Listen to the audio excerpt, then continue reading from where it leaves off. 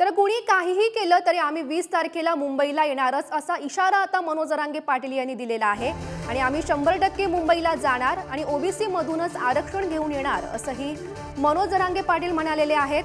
सरकारने आता मराठ्यांचा अंत पाहू नये, सरसकट मराठा आरक्षण जाहीर करावं असा सल्लाही त्यांनी दिलेला आहे।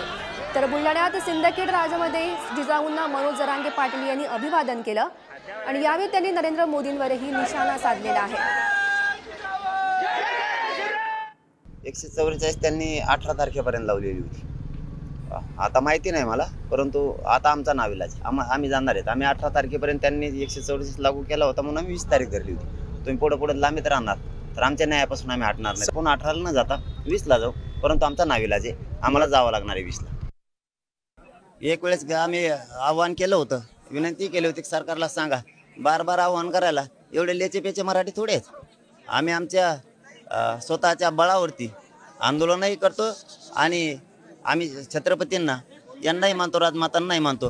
त्यांना बळच बोलवल्याने कोणी येतो, बळच बोलवला तू येत नाही, बार आमंत्रण देऊन किंवा बार त्यांना या म्हणून का आपल्या समाजाचा किंवा आपला अपमान करायचा?